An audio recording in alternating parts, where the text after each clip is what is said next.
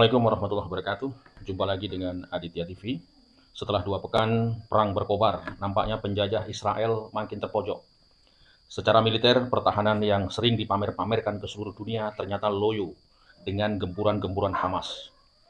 Personil tentara Israel yang trauma adalah problem besar bagi rejim Zionis laknatullah. Meskipun ditutup-tutupi, tapi tetap bocor ke ruang publik kalau pasukan Israel trauma, menderita ketakutan, dan ujungnya menolak ditempatkan di garis depan. Pakar hubungan internasional dan pengamat intelijen mengatakan pasukan Israel selama ini dimanjakan dengan kemenangan dan pembantaian terhadap bangsa Palestina. Begitu mendapat perlawanan, mental langsung ciut. Kali ini kita akan mengulas sejarah seorang pemimpin kaliber dunia, Insinyur Soekarno, yang secara istiqomah menolak mengakui Israel dan sampai akhir hayatnya tetap konsisten bahwasanya Israel adalah penjajah. Kita punya nasib yang sama dengan bangsa Palestina, yaitu sebagai bangsa yang terjajah.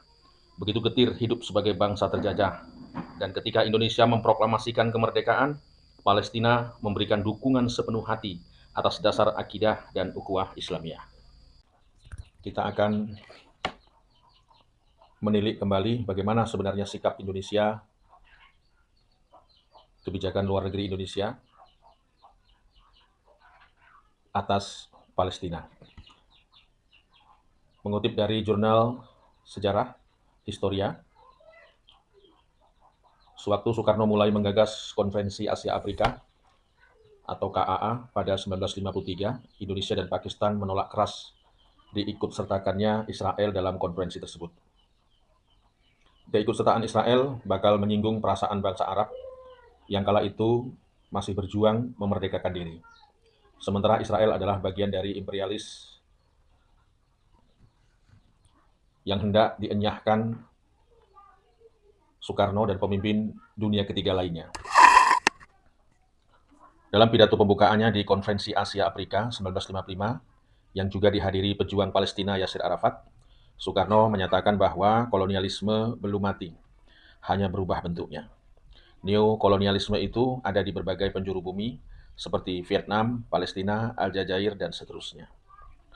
Maka dari itu, tulis Ali Sastro Amijoyo dalam Tonggak-Tonggak di Perjalananku, Bung Karno mengajak supaya bangsa-bangsa Asia dan Afrika di dalam konferensi ini membentuk satu front anti-kolonialisme dengan membangun dan memupuk solidaritas Asia Afrika. Imperialisme yang pada hakikatnya internasional hanya dapat dikalahkan dan ditundukkan dengan penggabungan tenaga anti-imperialisme yang internasional juga, ujar Soekarno dalam pidato Hari Ulang Tahun Republik Indonesia ke-21 pada 17 Agustus 1966, sebagaimana dimuat dalam Revolusi Belum Selesai. Pasca Konferensi Asia Afrika, solidaritas Asia Afrika menguat dan semangat anti-kolonialisme makin membara di dada rakyat kedua benua. Soekarno makin keras mendukung perjuangan kemerdekaan rakyat Palestina. Hal itu dia lakukan dengan berbagai cara, tak terkecuali melalui olahraga, melalui Mauli Sailan, pengawal Soekarno.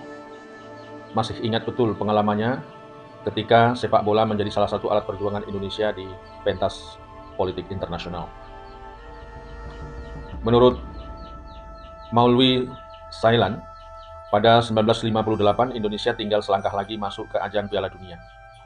Di penyisihan wilayah Asia Timur, Indonesia berhasil menundukkan Tiongkok. Indonesia tinggal memainkan pertandingan penentuan melawan Israel sebagai juara di wilayah Asia Barat. Namun Soekarno melarangnya.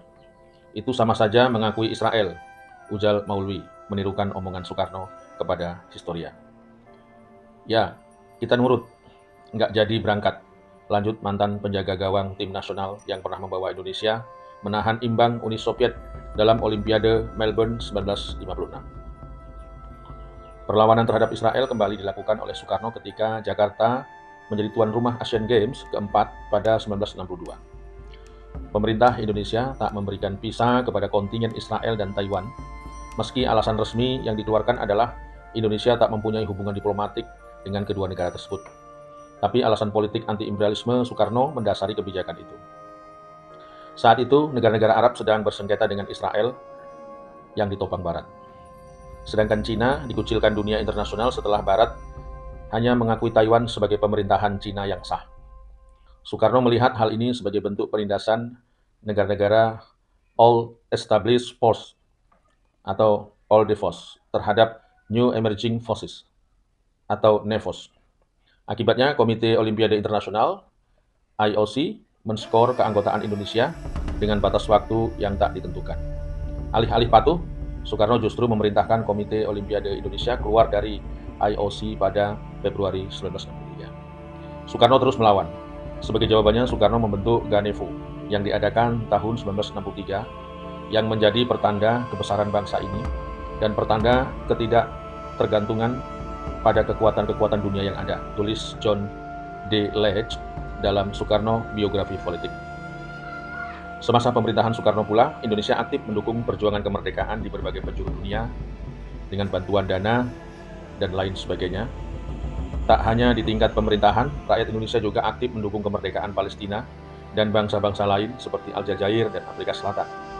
Melalui Organisasi Indonesia untuk Setiakawanan Rakyat Asia Afrika yang berdiri pada 1960 dan tergabung dalam Organisasi Solidaritas Rakyat Asia Afrika, kerjasama perjuangan tersebut diintensifkan.